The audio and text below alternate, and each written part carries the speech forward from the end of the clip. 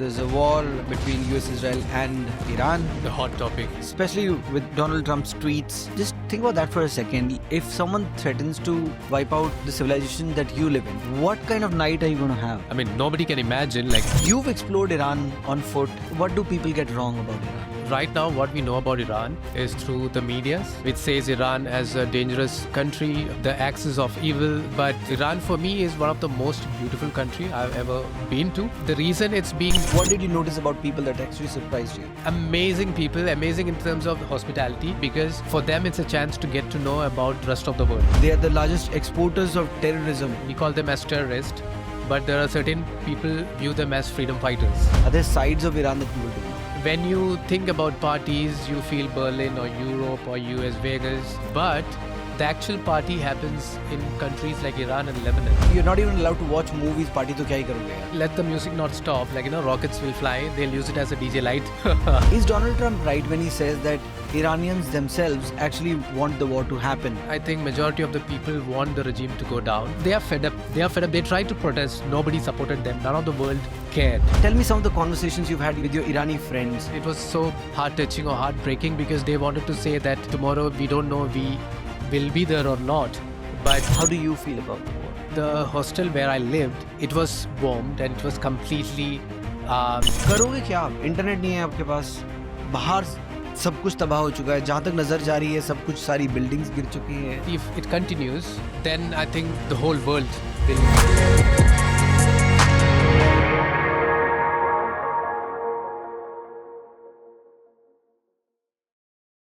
There is a war going on between US, Israel and Iran right now. I've been following the war very closely. I've been hearing expert opinions from different places across the world, some from India, some from the US, some from other places in the world. And it is a terrible state of affairs. Welcome to episode 108. This is a conversation with Aakash Nambiar. My friend who's a barefoot runner, goes famously by the Instagram handle Barefoot Mallu. But why is Aakash Nambiar here? He's not a geopolitical expert. He's a traveler. He's somebody who experiences all these places. So whatever he shares on this podcast is actually not just very candid, but also very, some of the stuff that you won't ever hear from anyone else, because there aren't too many Indians who've traveled to Iran and experienced Iran in this way. On foot, couch surfing, meeting people on the go, exploring undercover party scenes, getting to know people for the first time and making friends for life sometimes. He's shared some of the aspects of Iran that we don't know about. And that's what I wanted to know. I wanted to know when the president of the United States talks about wiping out an entire civilization. What is it like? What are people there feeling? And who are the people that he's talking about wiping out from the face of this earth? So I wanted to know all of that, which is why I wanted to have this conversation with Aakash. He sat down and, as expected, he had a lot to share. In fact, he has even messages from his friends, which we will share on this podcast with anonymously, of course. Some of them are just so moving, heartbreaking, and sometimes, in some ways, inspiring as well. So yeah, it's complicated. Geopolitics is complicated. The world is complicated. And it's also fucked up. And it's also beautiful. Let's go to the conversation. Here's Aakash Nambiar and me in the Find Your Ultra podcast, episode 108. Indulge away. Okay, welcome back to the Find Your Ultra podcast.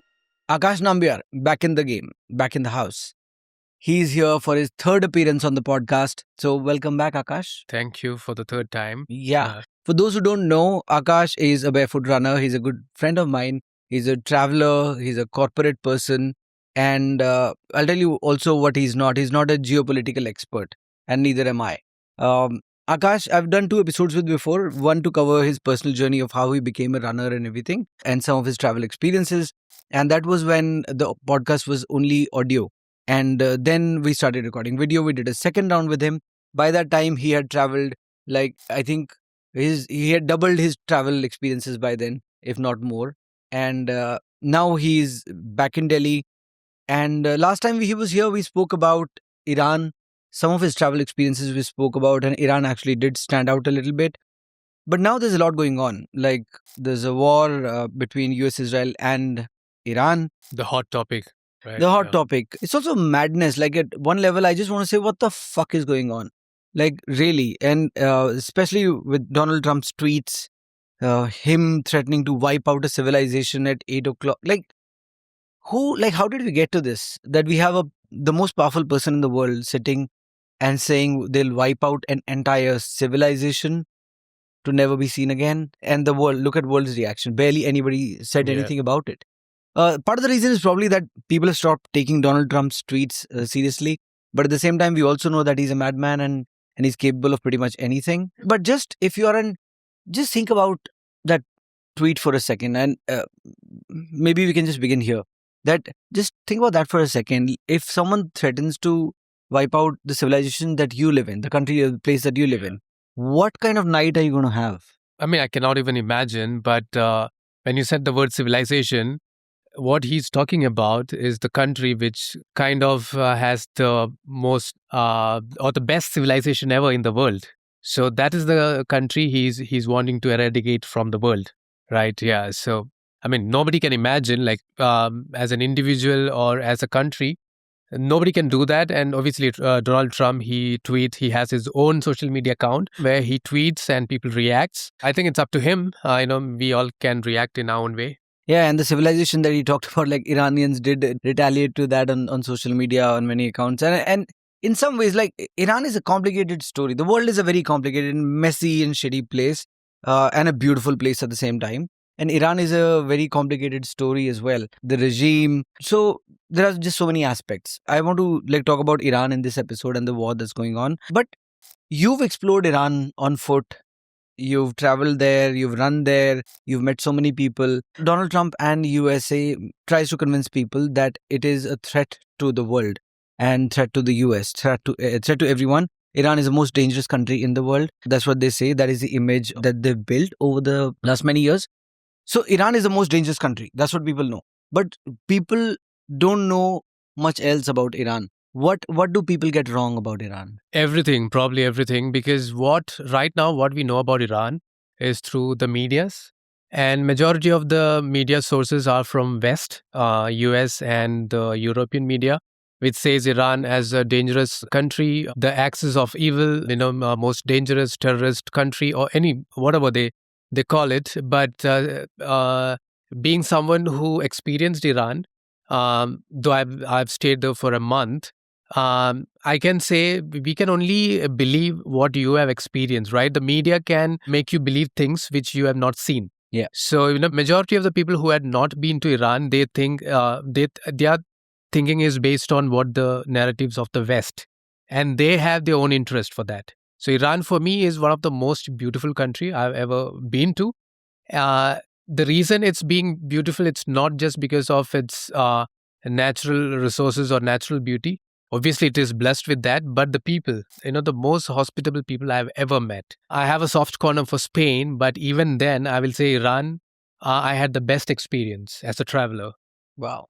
I want to talk about the life in Iran. Tell me about what aspects did you experience? So, someone who's only consumed the content through news media, right?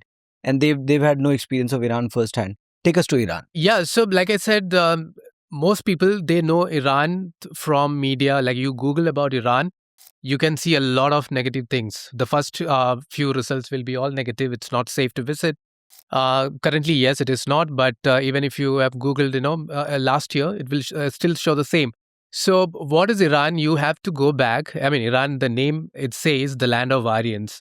And we know there's a lot of theory in India also. We are also considered to be Aryan, especially the north part of India, Indo-Aryans, and a lot of things. But the country, if you go back, the Persian Empire, once it was the first superpower in the world. Now we talk about Russia or US as the superpower. The word first superpower was used for the Persian Empire, which kind of controlled 44% of the whole world. Okay, then came the Greeks and the Mongols and all these. So this is one empire which has the half of the world in control, which has one of the greatest civilizations. Like we have the Indus Valley civilization, the Harappa and Mohenjo-daro, Egyptian civilizations, Mesopotamia, and Babylonia, ancient Iraq, Iran, the Persian civilization is also as old as these civilizations. And in fact, one of the greatest, and Cyrus the Great, who is the Achaemenid Empire, the ruler of Achaemenid Empire, one of the first Persian Empire, he was the first to charter a human right a description based on how what are the rights of a human, which this is This I'm talking about in the BC. Not in like I mean, recently we started talking about like Martin Luther King in US, or maybe the 100 years old. This is the before Christ situation, when an empire, the king himself, he wrote this for the benefit of the people, right? So if you have to talk about Iran, we have to go back ancient times, their contribution to the humankind, to the world. Not in terms of this human chart, but in terms of science. What is this chart called? Cyrus? It's called human rights chart. So there is this something called the Cyrus cylinder.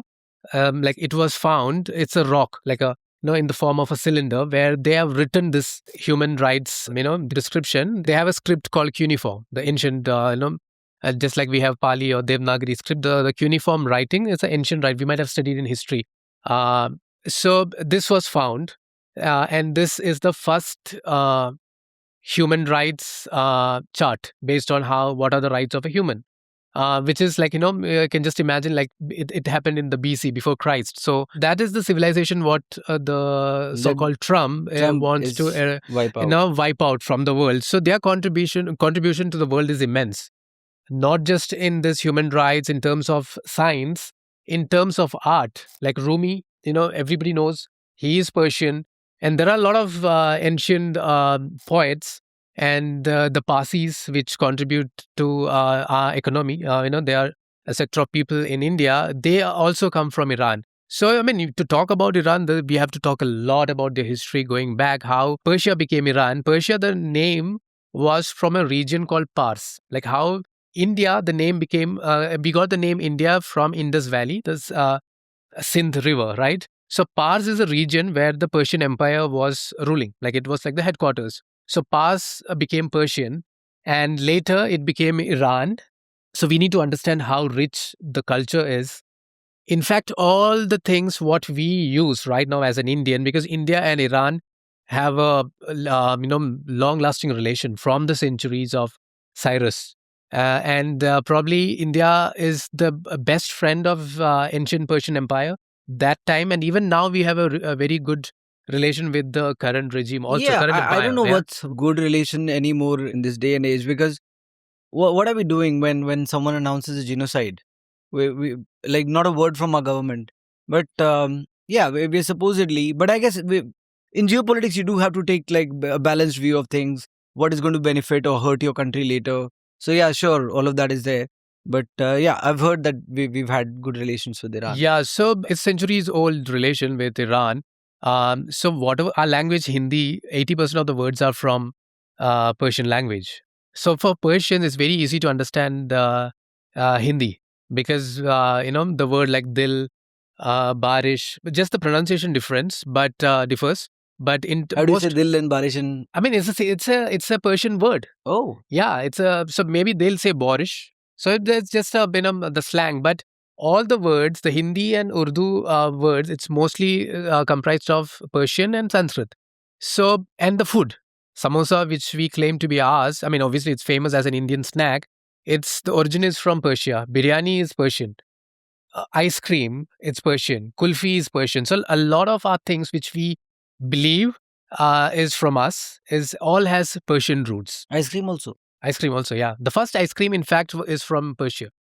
They're the first one to invent the ice cream, produce an ice cream. So, yeah, almost every food we claim to be ours is from Iran. Okay, we've had such. Yeah. So Persia has had such influence in the world. Yes. Okay. Talk about the people in Iran. Amazing people, amazing in terms of the hospitality. Especially, they have a strong relation with India, people, because they are a huge fan of Bollywood. What were you surprised by when you visited Iran? What did you notice about people that actually surprised you? So people are very kind in general. They are very happy to welcome a traveler or a tourist. The reason being, they don't get to see a lot of travelers. Very few people travel to Iran, obviously, because the West has termed and grouped Iran as a not so safe place to visit. So there are a lot of issues to get a visa. I don't know what are the guidelines in other countries, but in the US, there are strict guidelines against visiting Iran, and that if you're there and you get stuck, and we don't think we'll be able to save you. Some shit along those lines. I think because I saw a vlog recently. Sorry, I'm cutting you. Yeah, sorry. Yeah. Of a US person, and I think it's titled also that a USA person visiting Iran, and then he goes out there, and to his surprise and shock, he also discovers that people actually it's not that people actually hate Americans. People actually love them. And people also say that that's a narrative created in media. Is that true? Did you find that to be true? Yes, so Iranians are not against any country.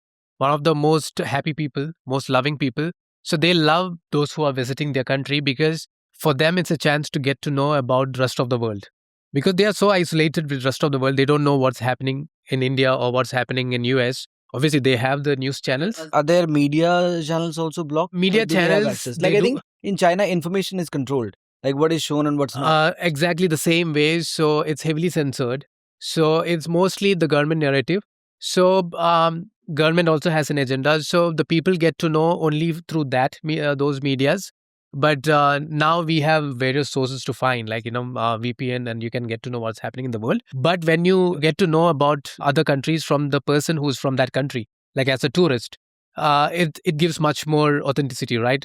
Somebody talks about what's happening in the world. So that way, Iranians are very curious to know what's happening in the rest of the world, and they are even curious to know about those people's perspective on Iranians, because Iranians They being get to termed as dangerous. So they wanted to know their opinion, and they are not anti-American or anti-Israel or anti-UK. As media is portrayed, they love American movies, just that they are not allowed to watch movies. And in fact, they love people. They are very welcoming. They, especially for Bollywood, they because Indian movies are very popular. Amitabh Bachchan is a superstar there, so they have a soft corner for Indian movies also. And like I said, going back, we have a strong relation, and then Bollywood adds more value to it. You also mentioned last time, touched upon the party scene in Iran, undercover party scene Yeah. that you, I think, were truly blown away by. Yes. And I think anyone would be, because who would imagine, like in a place like Iran, the image that we have is so conservative, covered up, and limited access to information, limited. Like you're not even allowed to watch movies. Party to kya hi karoge yaar? Not even allowed to watch movies, but the best movies are from Iran. Yeah, the best movie directors, the content wise, technically everything. Which Iranian one should we movies, watch? Children of Heaven, Separation, Holy Spider. There are a lot of Iranian movies. Unfortunately, these movies are not released in Iran, obviously because of the government censor. But most of the directors and actors are Iranians. They live outside of Iran and they produce the movie, and it's widely acclaimed, critically acclaimed throughout the world, except they don't have an acceptance in Iran. So, talking about the party scenes, like when you think about parties, you feel Berlin or Europe or US, Vegas. These are the main places for parties, but the actual party happens in countries like Iran and Lebanon. I was blown away because I went with I had a predefined concept about Iran, how the life is in Iran, and I never expected it. Obviously, it was underground, and I was invited for a few parties, and I was totally blown away. Whatever is said to be not allowed or not available in Iran, it was available throughout. And the best parties, the best techno musics. Um, Actually, every Iranian lives two life. The daytime they have a different routine and different lifestyle, and night they change to a different style. So the Persian blood, they don't want to be chained. They don't want to be controlled by anyone. They don't want to be controlled by government. They don't want to be controlled by religion. So these are the ways of protesting for them, partying in that way that nobody has the right to question our lifestyle. So That's they an party. act of rebellion. Yeah, Say, yeah, "Hum very to much. karenge." Yeah. Huh. So they party a lot. Like when one scene when I was in Tehran, the capital city. I was invited by a group of strangers whom I met probably in the morning, and in evening I got an invite from them, and which not even you in your friend circle will happen, right? Somebody who knows you might not even invite you for such house parties, but here the person who met me in the morning and invited me for a secret party, which is happening at midnight, and we all went in 4 or 5 cars. Women, men, everyone. Women were dressed in the traditional wear, hijabs and everything, and we had to drive for 3 hours close to Karaj, a place. It's a hill station kind of a place, and we reached somebody's guest house kind of a place. And the women, everyone went inside. They came back in 30 minutes, changed, ultra glamour. The way they dressed, I mean, obviously, Iranian women are very beautiful. And once, from traditional to the modern wear, the party wear, and you see the party hall is set. The DJs, there's a live DJ on the dining table. Everything is set. The food, drink, whatever the drinks you want. I mean, you cannot Help me get. picture the place, because was it covered? Was it out in the open? So this was far away from the city, Tehran, capital city, and it's like a hill station. It's like a farmhouse, somebody's farmhouse. So it's far from the main road or some places. So even if the music is loud, But it wasn't a claustrophobic basement. no, I mean it's like an apartment where you have a main hall, but a bit large, spacious, and the DJs there. People started dancing, singing. Food is served. Alcohol, you name it, you get it. I know whatever you want, vodka, beer. Officially, it's not allowed, but every Iranian again, is a scientist. They make their own alcohol. It's called arak. And but sometimes they can also smuggle from Armenia, which is a neighboring country. So yeah, almost every Iranian house has their own alcohol. Insane. Is Donald Trump right when he says that Iranians themselves actually want the war to happen because they're so tired of the regime and they are so cruel that he, like in a very recent speech or a media appearance, Donald Trump was talking about this.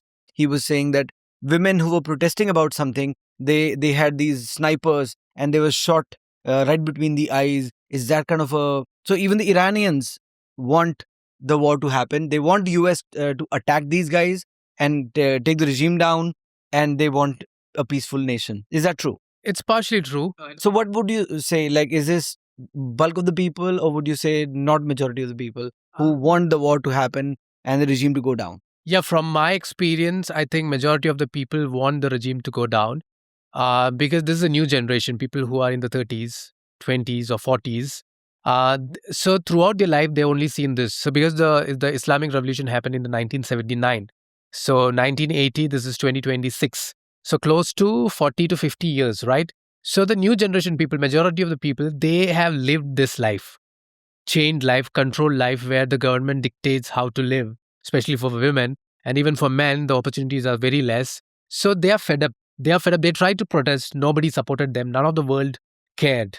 You see rest of the places, some places there are protests happening. We all raises our voice. But when it happens in Iran, nobody cared. Main reason, most of the things that happening in Iran, we don't know because it's heavily censored. Otherwise, also due to various countries' interest, conflict of interest, and all these things matter. So none of the world cared for these people. So they were helpless. They protested their best way, in the peaceful way. They tried to take the arms, but none of them worked for them. So they are fed up. So they want somebody to intervene and get this government, bring them down, and probably give the rule to the people. Or, I mean, there are strong supporters of Shah, the ruler, the king. So certain sector of people prefer the king to come back, but the king himself wants people to, elect their own representative and, transition go into a democratic Is Shah also government. not killed in the war? So Shah was not killed, so he has to escape. So one good thing he did was he laid down the arms. He didn't fight because obviously it will be a bloodshed. Both the side will suffer, and probably the king's army was much less compared to the general public. So probably he did the right thing that he laid down the arm and he flew to Europe.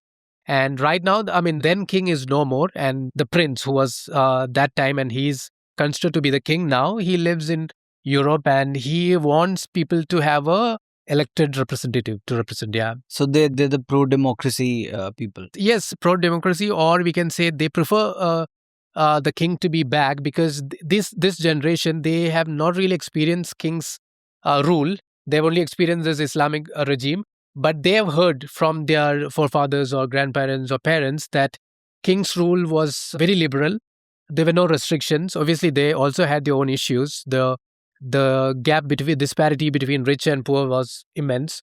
But coming to lifestyle, nobody questioned what to wear or how to wear. No religious impositions or anything. So these people, the new generation, they think the king's rule was best, liberal, and they prefer that. But the king himself wants a democratic government. Now maybe he can take over, and then he want it to slowly change to democratic. Okay. Yeah, So, but King is nowhere in the contention for anything right now because it's been the regime has been the Ayatollah and then the one who got killed, Khomeini, right? yeah. And then it's his son who's taken over now. Yeah. But when he died, when he was killed, there were people mourning his death, not just across Iran but also across the world. Like in India, Yeah. people were saying, "Why are people?" So he was. I'm assuming he was also loved by a certain section quite a bit. Yes. So, I mean, any side, you take any thing happening, there are two sides, right? There is good and bad, and there are people for both. So people they want an Islamic state, right? Those are the guys whose hero was actually Ayatollah, right? Is that correct? Yeah. So there is a sector of people who are happy with what's happening currently because they are very, very religious, and for according to them, whatever the Ayatollah has been doing is good for them. So they believe the people who wants a much liberal life are supported by Israel. Maybe some section, yes, they might be having an Israeli support, but so yeah, the religious sector believes Ayatollah is doing good.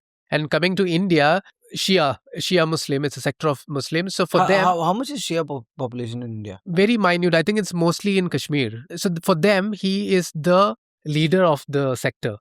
He's not considered to. He's the universal global leader. So so for them, he is very close. And though the Muslims in India are patriotic to India, they are very. I mean, the priority is India, especially the Kashmiri Shia Muslim. They were always pro India.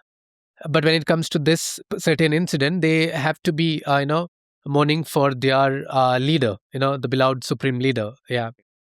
So that's what we see. We see an Islamic regime, dictator like, and very controlled and very regressive. Yeah. At least that's how it appears to us. That's sort of a place Iran is. What is it that people don't know about it? Like, are there sides of Iran that people don't know?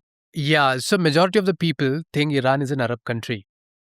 Because of its location, it's close to the Gulf countries, which are the Arab countries, and it's surrounded by Arab countries. But जैसे ये नहीं होता North India में बैठ के all of South India is Mallus or या फिर या all the languages in South India are Kannada, yeah, right? That's all that we know. So bulk of the world about like that area, Gulf region and all those places, it's all Muslims. So all Muslims are like one to us. But here Iran is fighting the neighboring countries, which are also Muslims. yeah. So what's going on there? So two things: Muslim is a religion, Arab is an ethnicity.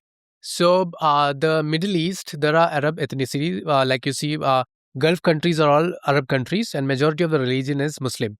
Iran, they are not Arabians. They are not Arabians, but they are Iranians, Persians, and there are many other minor ethnicities in Iran, like Kurd, small percentage of Arabs. Then there is Baluchis, in different. So Iran has many ethnicities within that There are country. Balochs in Iran also.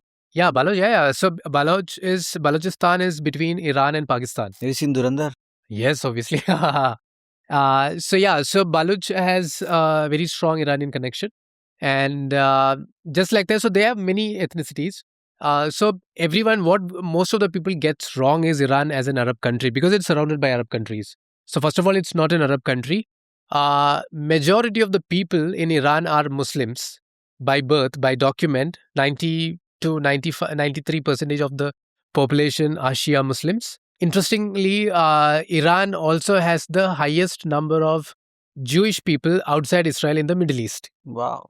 And they have a representative in the Iranian parliament also. They have the Jewish synagogues, and Judaism is freely accepted for the people, like to practice. So certain things seems to be contradictory because when we hear Iran Muslim and we feel there is a strong oppression of other religion, but Judaism very very less So then, numbers. is it really tolerant of other religions? Like you said, there's a large Jewish population as well. Large as in compared to the Okay, Middle largest East. outside of Israel. Israel. It's a minority in Iran.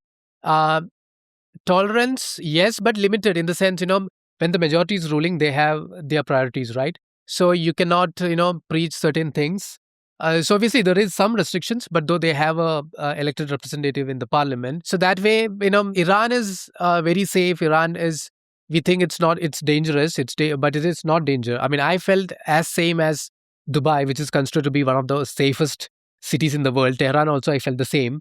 So All what has Iran done then to build this image? Like, how have they rubbed Israel in a wrong way? Like, why do Israelis hate them so much? So I am not sure Israelis hate Iran, or I mean probably the regime. Yes. So the regime wants death Well, for that's the language politicians use. They say we don't have anything against the people. It's the regime that we have a problem with. exactly. So the regime doesn't represent whole of Iran, just like probably Israeli government doesn't represent the whole view of Israel. But it's popular. Like, it's not a democracy there. Yeah. So in Iran, what happens is the regime never recognized Israel as a country. So they always chant death for America and death for Israel. So for them, the main goal is destruction of Israel. Why is that? Because again, religion. So they don't believe creating Israel, because for them, Palestine, the land which was of Muslims, and they have their second holy place called Al Aqsa Mosque. After Mecca and Medina, it's Al Aqsa, which is the most important mosque for Muslims. So, which Israel also claims. So, a lot of issues going back in the 1940s when Israel was formed. So, since then, slowly countries started recognizing Israel, but Iran didn't. And Iran, the regime started proxy war, because Iran and Israel, if you look at the map, they are not very close. They don't share a border. But Iran support the forces which are fighting against Israel, Hamas, Hezbollah, Houthis in Yemen. So isn't that like a perspective shift has happened in this war? That one, US has messed it up the way they've gotten into it, and they're now looking for an exit, but they can't seem to find a respectable exit, and all of that. We will talk about that in a second. But the US and lot of people in the US as well, like even Joe Rogan. Is of the opinion that Iran is one of the most dangerous countries in the world. Like, they are the largest exporters of terrorism in the world. And when you say Hezbollah and Hamas, they're the supporters of those, it also makes sense that why wouldn't anybody, like, these are terrorist organizations. But you're saying they're also political parties there. So they're not directly terrorists. Or Yeah, are they? so same, like, we claim them, we call them as terrorists, but there are certain people, view them as freedom fighters, right? Yeah. So the Hamas is elected. It's not like, they came into power through force. It was an elected, organization. Obviously, there is a story, a lot of, issues between PLO and Hamas. And same way, Hezbollah, which is based in Lebanon, they are a Shia armed force, but they also have a strong presence in the Lebanese politics. They have eliminated most of their opponents in Lebanese politics, but they also did certain things good for the people. Like, for example, electricity in Lebanon is scarce. It's not, not like people might not get for 24 hours. But in certain areas where Hezbollah is strong, they made it possible.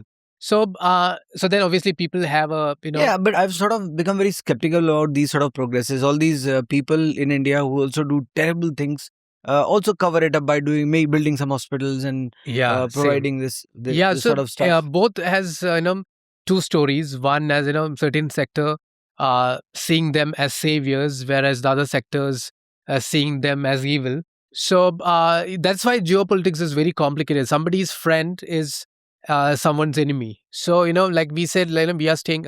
India as a country is staying neutral because Israel is also close to us. Iran is also close to us. So we need to take a neutral stand. So it's very complicated. Like I said, It is, and I mean, and it's also true. Like, maybe like they say, your terrorist is somebody's messiah, and must be. But at the same time, we at some point have to draw a line somewhere on what's acceptable and what's not. What's bad for people. Like, Iran could be the largest exporter of terrorism, and I would still not be able to come to terms with someone saying I'll wipe out the civilization. Like, I'll kill everyone in the country and the entire civilization forever. And that's just not acceptable. It just does not sit right. Yeah. Right. So coming back to the point of Lebanon, also you mentioned, right? And Lebanon is also a part of the deal that just happened, the ceasefire that's currently on, which I don't know how long it's going to last. So Iran, like US had put forward like a 15-point plan for negotiation. Iran had given like their own 10-point plan. Those were both maximalist positions because that's how you begin negotiations, right? आप शुरू करने में पहले ही leave नहीं दे दोगे, आप बोलोगे this is our ideal thing, and then from there negotiations begin. And it's complicated because some of the points that they disagree on are, I don't think they can reach a solution on that. Like Iran not having nukes and Iran not willing to give that up. I don't know what the way out there is. But one of the conditions for the ceasefire was also that ceasefire is applicable in Lebanon too, right? And it was the understanding. And immediately after the ceasefire, Israel went ahead and like launched like 100 strikes or something and killing 200, 300 people in like 10 minutes. That's what happened. Tell us about Lebanon, first of all. We've heard a little bit about Iran. You've been to Lebanon as well. What was it like? Yeah, I've spent good time in Lebanon as well. Like, just like Iran, Lebanon is also a very ancient country. Have a long and rich history mentioned in the Bible, and even the modern Lebanon was once the Beirut, the capital of Lebanon, was called the Paris of the Middle East because it was so rich at the time. Once Rich and modern, rich in economy and modern lifestyle. The cities are well built, stylish in the 60s and 70s, and then the civil war happened. So Lebanon is like that child who gets beaten without his problem, right? So the war is between Israel and Iran. So initially it started as a proxy war where Iran was supporting the forces which were fighting against Israel, like Hezbollah, which is based in Lebanon. Right. The reason Iran is supporting Hezbollah is a Shia. Yeah. And Iran calls themselves as the leader of Shia Muslim community world.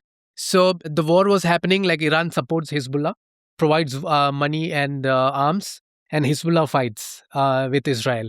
So then Israel got fed up of Lebanon and Hezbollah and Iran.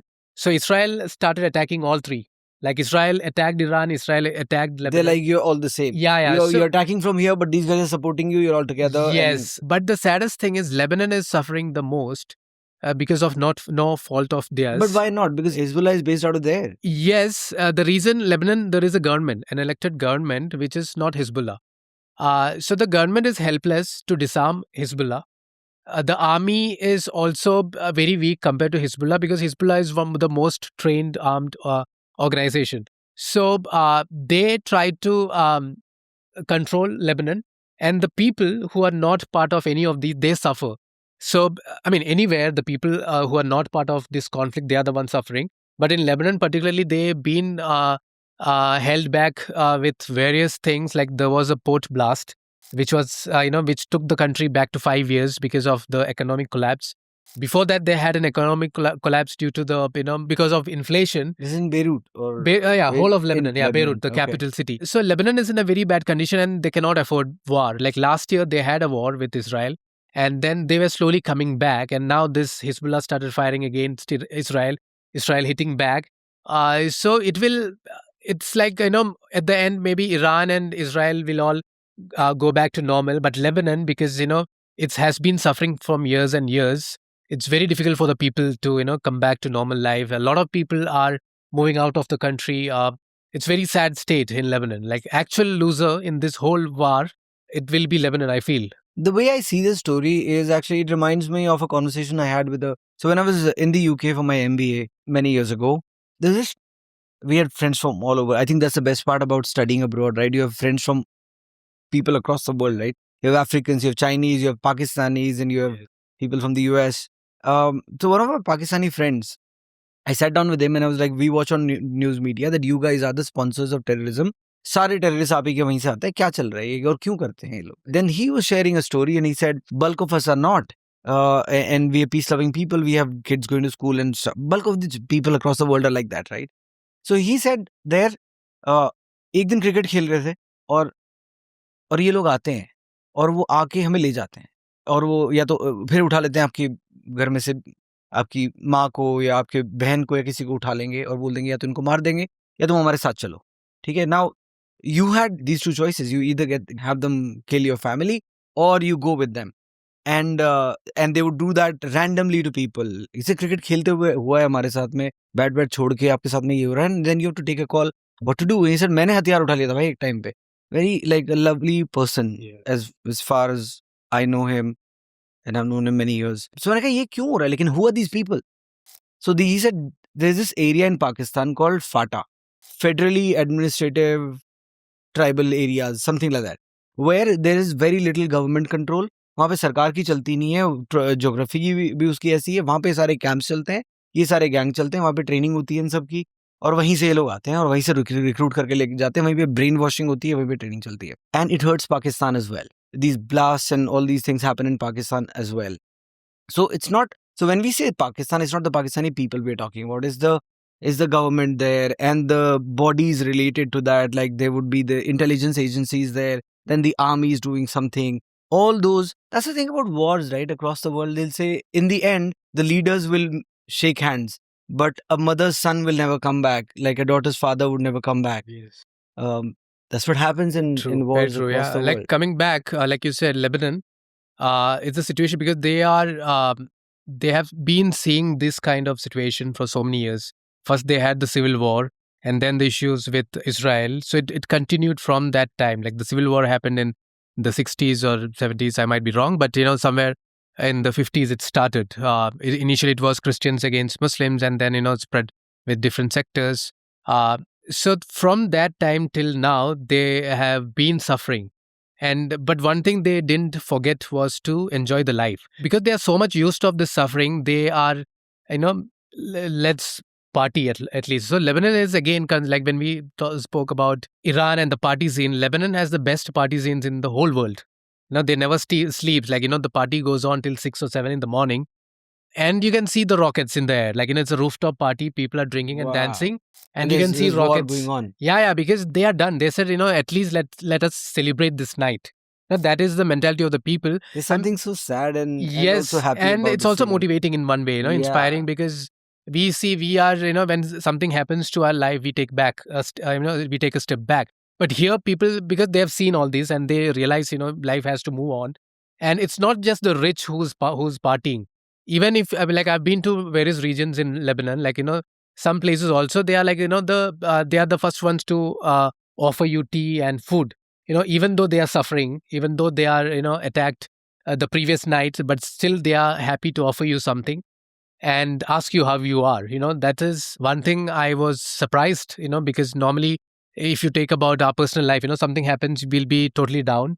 We cannot even think about ourselves to, ask Yeah, the someone else. terror, bro. Like when we had Operation Sindoor going on, the terror in the street that you felt, like with in your communities, with your friends and your family. Yes, like yeah. we had to travel just to another state, a neighboring state, 3 hours drive from here.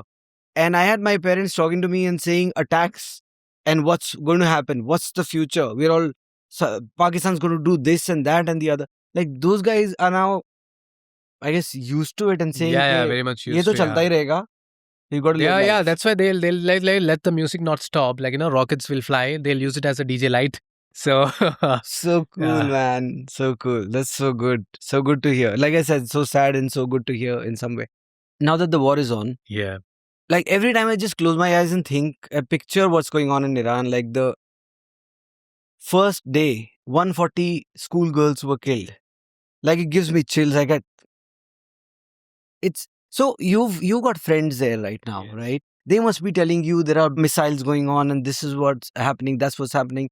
Tell me some of the conversations you've had with your Irani friends. So, first thing, Iran has been, the people of Iran, they've been experiencing an internet cut from the time of the protest. There was a protest before the war, like the late December last year to January. There was a protest against the inflation because, country's in a very bad state. Is that what Trump is talking about, where the brutalities happen and they Yes, yes. kill people? Yeah, where the regime executed a lot of people. Some says 8,000, some says 20,000. So nobody knows the actual number, but a lot of people were killed. And this was a protest against the government, not for hijab, but for the inflation, and people are not able to afford things. Okay, so since then, there has been an internet cutoff. And I think it's Since then till the war, like the war started on 28th of February. yes. So on and off. January, I mean, people were experiencing the internet cutoff, and from this time the war started. Uh, Even now, people are completely denied the access to internet. Maybe for a few minutes, some gets through. How do you talk to them? Yeah, so I've been texting them. I've been texting them to Like ask. a regular mobile text? Yeah, WhatsApp, which is not allowed, but obviously everyone uses VPN there, and the Telegram. Telegram is more popular. Um, so I was not getting reply, and I was also worried because because I had a good time with them and very close friends. So after maybe 2-3 weeks, some of them replied like when. So some days they get for 10 minutes, like they because they are very intelligent. They get some ways to access the internet. So they said, they are safe or some are, in a situation. But most of the people, I mean, it was so heart touching or heartbreaking because they wanted to say that, this is the situation, like the government controlled, and we don't know tomorrow. I would like to share you the text message they have sent me. Like, tomorrow we don't know we will be there or not. But nobody will remember because obviously none of the people, I mean, here or the whole world, they knew the exact thing what was happening in Iran, right? The people were protesting. They were protesting peacefully initially. They were executed. They were shot, and then they did a lot of obviously people also might have taken arms, certain groups, but overall it was a peaceful protest. Not just this time, even before it was a peaceful protest where people were executed.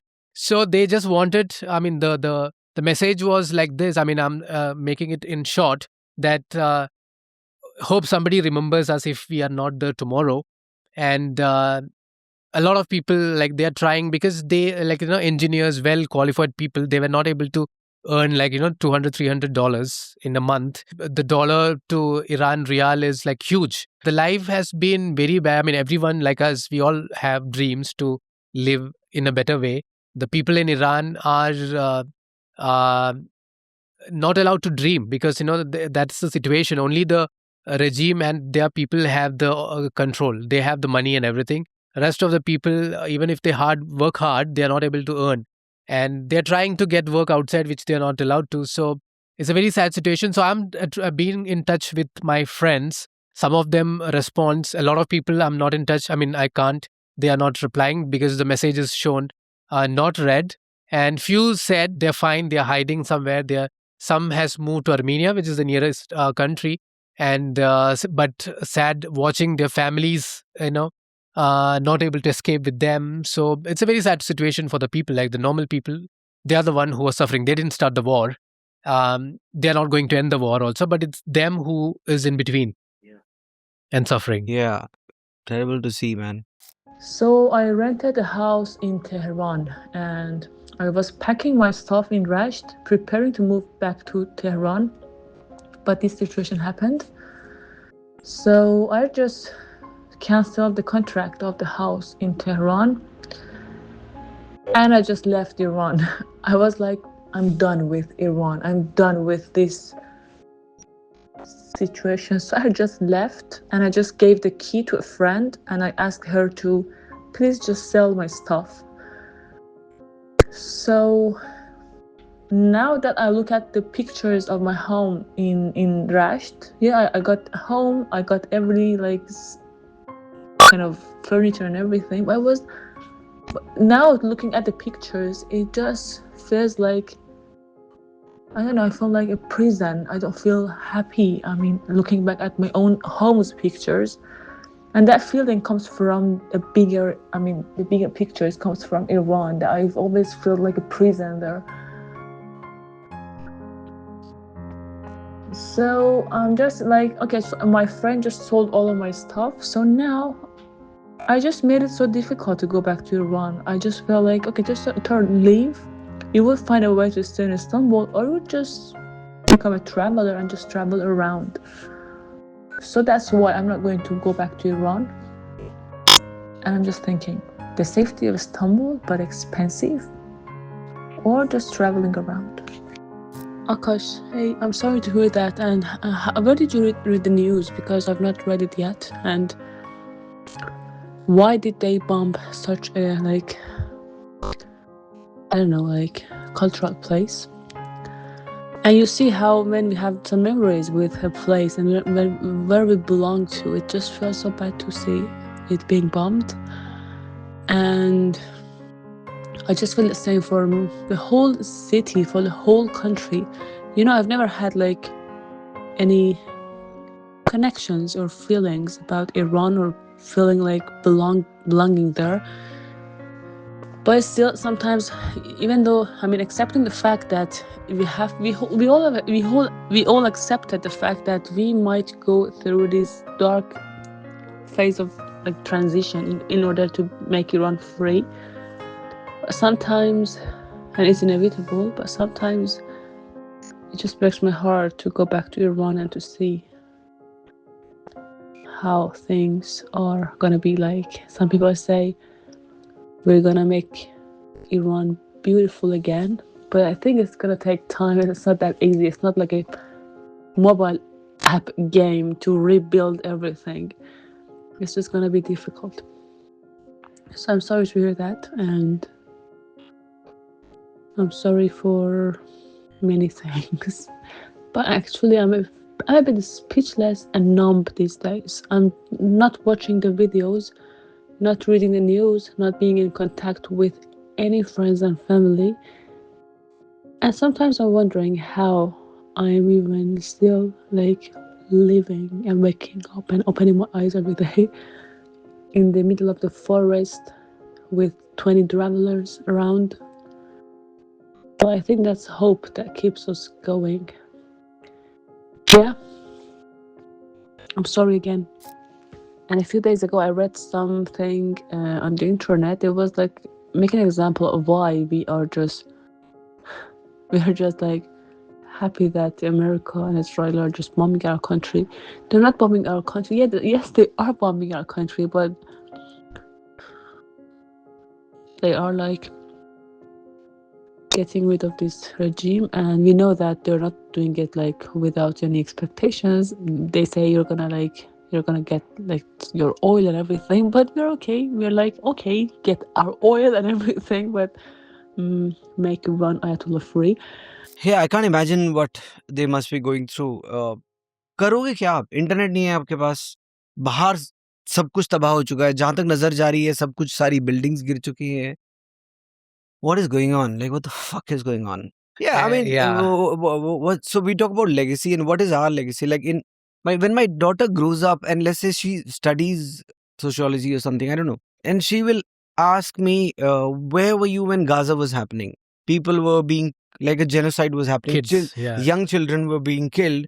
Young girls were being killed in schools. What did you do?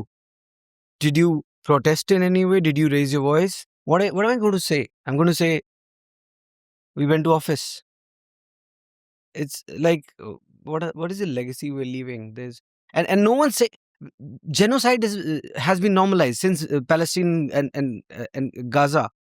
From that time, it's all been normalized. आंखों के सामने हो रहा है, and no one bats an eye. And it's and people then start justifying it. And I understand if. And I would want a better Iran too. I want the government, like the regime, to go and let people breathe there and build like an economy that allows people to live a good life. But a genocide is not something that we can use to get there. Yeah. Did you talk about the Trump's tweet when he was talking about wiping out the civilization? He also tweeted that I'm going to wipe out all the nuclear, not the nuclear, all the power stations, right? The powerhouses. So the power is going to go, and then the next, then the bridges are going to go. Like, he talks about it like it's a fun thing to do. And then I think the next day, all the Iranians actually gathered around their big power plants, and they said, "Yeah, sure." Yeah. And they're what's your friends' views on this? How did they feel? Did you talk? So, to be honest, some of the friends, they were happy when they were attacked. Like, no people will would want their country to be attacked, but Sometimes you can be so fed up with the yeah. So that's the reason they are fed up of this government. Were they happy when one by one all the leaders were killed? Yes, I'm not sure if I should be saying, but yes, they were happy. Even when I was in Iran, the president died in a helicopter crash. And that was also And celebrated. people were by some celebrating. people. The state announced 7 days of mourning, but the people, general public, were happy.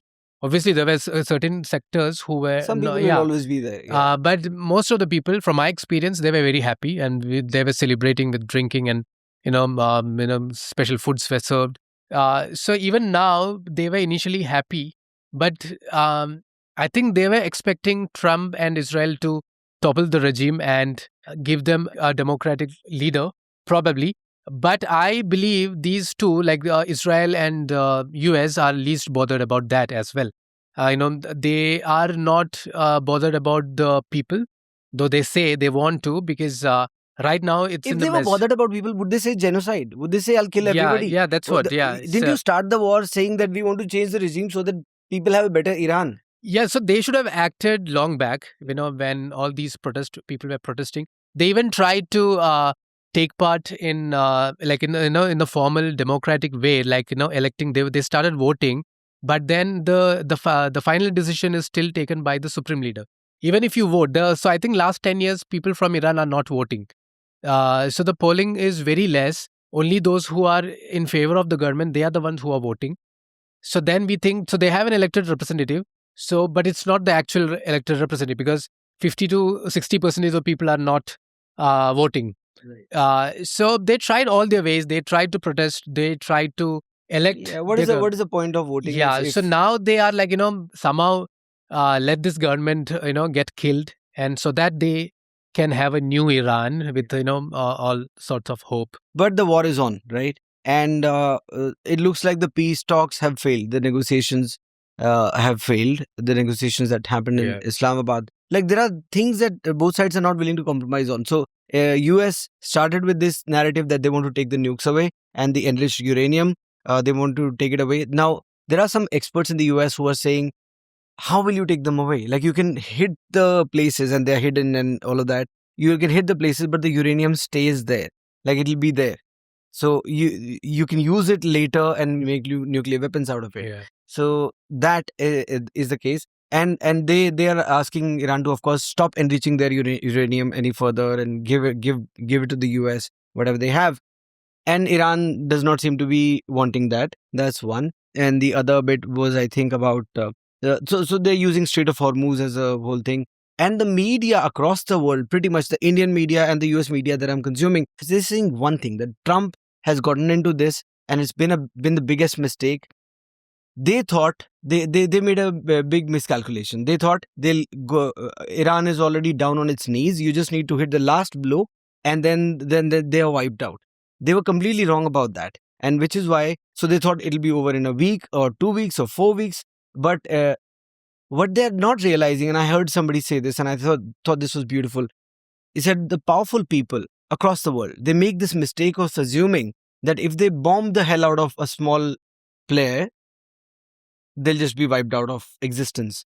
But you've been proven wrong again and again and again, that when a small bunch of people is left and they've got their backs against the wall and they've got nothing going for them, they've got nothing to lose, they all unite like never before and they present a resistance that's capable of defeating the world's biggest powers. So, which is why US finds itself in a fix. Now the next stage is either going to be boots on the ground, so they send the army, and if they do, then that will result in casualties from the US side as well. And if that happens and the war goes on longer, if that happens, they will make sure that they send in more troops because they have to take revenge and finish it off. And that will result in more casualties. And then they can't back off because they died. These guys died for nothing.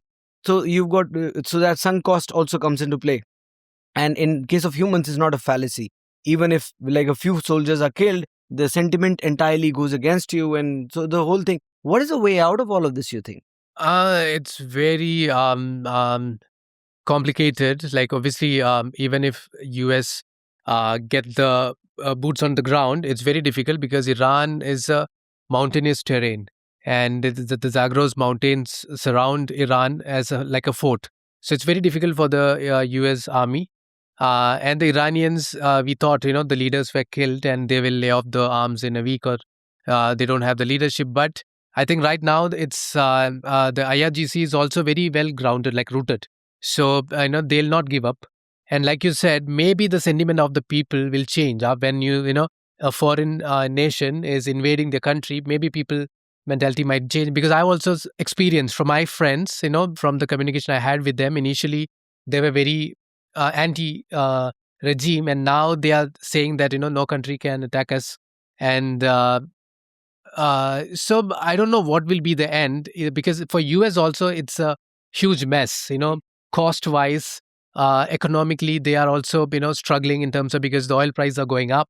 Uh, Iran, they are completely down. They're completely down to their knees, but still they're trying. Not just trying, but they've got bigger cards to play with now. The Strait of Hormuz was always there. It was open before the war. Now they've choked it. And now they're negotiating it. Yes, the Strait of Hormuz is the Because the trump world card. economy is being Yes. choked. So they've realized the power of Strait of Hormuz like they didn't realize before. They didn't know before this war. They didn't know this could be so powerful.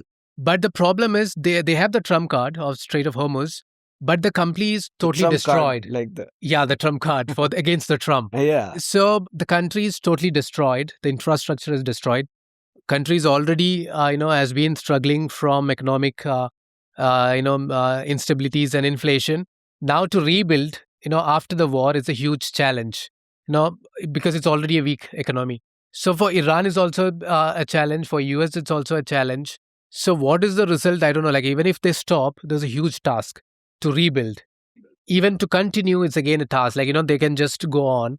It's like you will hit, I'll hit, and it will continue. So I don't know what is the No, but I don't know. I mean, Iranians have been doing tit for tat. Like if you hit our power plants, we're going to destroy the power plants in the UAE and Saudi. And and that's also a big destruction, because places like UAE become inhabitable the moment power goes away. Yes, right? I live in Your UAE. desalination plants, Yeah. all of those. So all depends on also what firepower has been left in Iran, and they are saying that they have a lot still. But if unless they run out, because if they run out of their ballistic missiles, that's all that they have left. Like there's barely any air force left. Yeah, but there is also just like Strait of Hormuz, they have Caspian Sea, which connects Iran with Russia. So, and it's just Iran and Russia. There's no country in between. I think the Central Asian country is also there, but which is completely under the control of Russia. So there can happen. They can happen like an exchange of weapons from Russia to that. So there have been news that Russia and China have been supporting this war as well. Yes. So this could be, in the larger scheme of things, there's also people are experts. Some experts are saying that this is a change in the global economic power.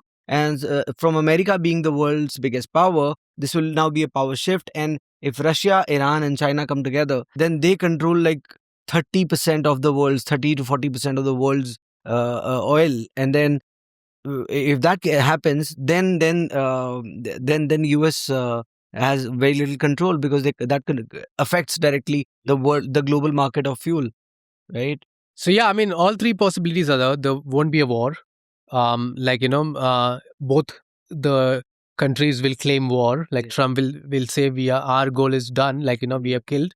Iran will say we never give up. And that is one possibility where both. Let's just hope. I think that's the best case scenario. Yes, both countries go back and declare that they won it. The another possibility, if it continues, then I think the whole world will be put in this scenario where everyone will be suffering. Everyone will be included in this. So, how do you feel about the war? You've been there. Yeah, I mean, war. Not from the just emotion wise. I mean, I can say the hostel where I lived, it was bombed and it was completely, completely. Yeah, because I have the image, and it was it's a group of people who moved from US to make Iran beautiful, and their main motive was to make a lot of tourists visit Iran for the benefit of Iranian people. And it's a beautiful hostel. More like a boutique hotel run by some US folks, Iranian folks who were living in US, who came back to run this. I mean, it's very sad that it's no more. So I mean, that is one instance, and a lot of such things, right? Yeah. So I mean, war is always a sad thing anywhere.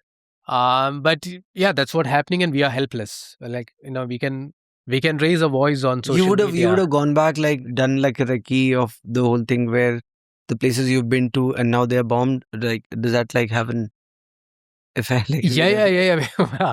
Very much. Like when I see the pictures, or when I speak to my friends, and because I had wonderful moments with them, and the places where we have been, and the sad situation of the people where they are, who had who has fed me, are now struggling to even to meet the ends, and you can't even help them because everything is blocked.